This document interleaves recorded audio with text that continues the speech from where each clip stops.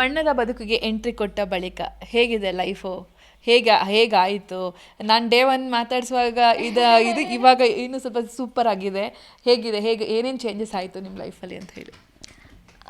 I think ನಾನು ಇವಾಗ I am more confident, more stronger ಅಂತ ಅನಿಸುತ್ತೆ. ಅದೆಲ್ಲ ಲೈಫಲ್ಲಿ ಬಂದಿದ್ದು ಏನು ಬರ್ತಾ ಹೋಯಿತು ಸಿಚುಯೇಷನ್ಸ್ ಅಂತ, ಪ್ರಾಬ್ಲಮ್ಸ್ ಅಂತ ಹೇಳಲ್ಲ, ಬಟ್ ಆ ಸಿಚುಯೇಷನ್ಸು ಸ್ಟ್ರಾಂಗ್ ಮಾಡ್ತಾ ಹೋಯಿತು.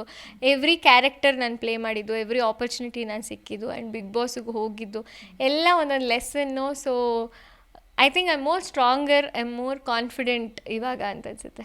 ಪ್ರತಿ ಸಲ ಯಾರೇ ಯಾವುದೇ ಕಾರಣ ಕೊಟ್ಟರು ಕೂಡ ಸ್ಪಂದನ ಯಾರೇ ಹೇಳಿದ್ರು ಕೂಡ ಸ್ಪಂದನ ಅಷ್ಟೊಂದೇನಿಲ್ಲ ಅನ್ನುವಾಗ ನೀವು ಅದನ್ನು ಹೇಗೆ ಸ್ವೀಕರಿಸ್ತಾ ಇದ್ರಿ ಅಂತ ಹೇಳಿ. ಪ್ರತಿಯೊಬ್ಬರು ಏನೇ ಕಾರಣ ಕೊಟ್ಟರು ಕೂಡ ಸ್ಪಂದನ ಅನ್ನೋ ಹೆಸರು ಬಂದುಬಿಡ್ತಿತ್ತು. ಆಕೆ ಅಷ್ಟು ಸ್ಟ್ರಾಂಗ್ ಇಲ್ಲ, ಅವ್ರಿಗೆ ಆಗೋದಿಲ್ಲ, ಅವ್ರನ್ನ ಕಳಿಸೋಣ ಅನ್ನೋ ಥರ. ಆಗ ನಿಮ್ಮ ಮನಸ್ಸಲ್ಲಿ ಏನೇನು ಅನ್ನಿಸ್ತಿತ್ತು? ಅವ್ರುಗಳು ಹೇಳಿದಾಗ ಯಾವ ಥರ ಫೀಲ್ ಇತ್ತು ನಿಮಗೆ ಮೈಂಡಲ್ಲಿ ಅಂತ ಹೇಳಿ?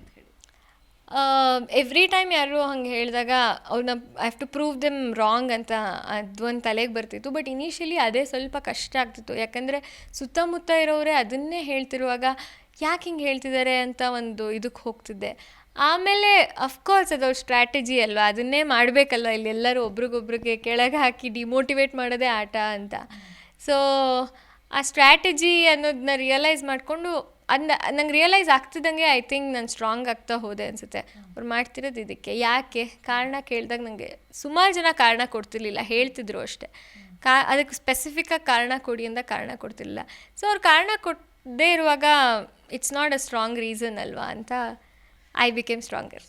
ತುಂಬ ತಾಳ್ಮೆ, ತುಂಬ ಸೈಲೆಂಟು, ಅಷ್ಟು ಬೇಗ ಸಿಟ್ಟು ಬರೋದಿಲ್ಲ. ಏನಾರು ಮಾತಾಡಿದ್ರು ತೂಕವಾಗಿ ಮಾತಾಡ್ತಾ ಇದ್ರಿ. ಆ ತಾಳ್ಮೆ, ಆ ಸೈಲೆಂಟ್ ಬಗ್ಗೆ ಹೇಳೋದಾದ್ರೆ ಏನು ಹೇಳೋದಕ್ಕೆ ಇಷ್ಟಪಡ್ತೀರಾ? ತುಂಬ ಒಂದು ಪಾಪದ ಹುಡುಗಿ ಅನ್ನೋ ಥರನೇ ಇದ್ರಿ ನೀವು, ಅದ್ರ ಬಗ್ಗೆ ಹೇಳೋದಾದರೆ?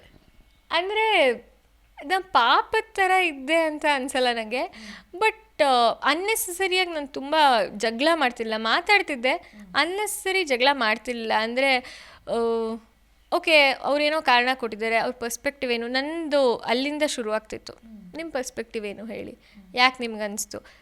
ಏಕಾಕಿ ನೀವು ಹೇಳಿದ ತಕ್ಷಣ ನೀನಿದು ತಪ್ಪು, ನೀ ಹೇಳಿದ ತಪ್ಪು, ನೀನು ಯಾರು ಹಂಗೆ ಹೇಳೋಕ್ಕೆ, ಆ ಥರ ನನಗೆ ಐ ಡೋಂಟ್ ನೋ, ಅದು ನಂಗೆ ಯಾಕೆ ಇಟ್ ವಾಸ್ ನಾಟ್ ಪ್ಲ್ಯಾನ್ಡ್. ಹಿಂಗೆ ಹೋಗಬಾರ್ದು, ಹಿಂಗೆ ಹೇಳಬಾರ್ದು ಅನ್ನೋದು ಇಂಟೆನ್ಷನ್ ಇರಲಿಲ್ಲ.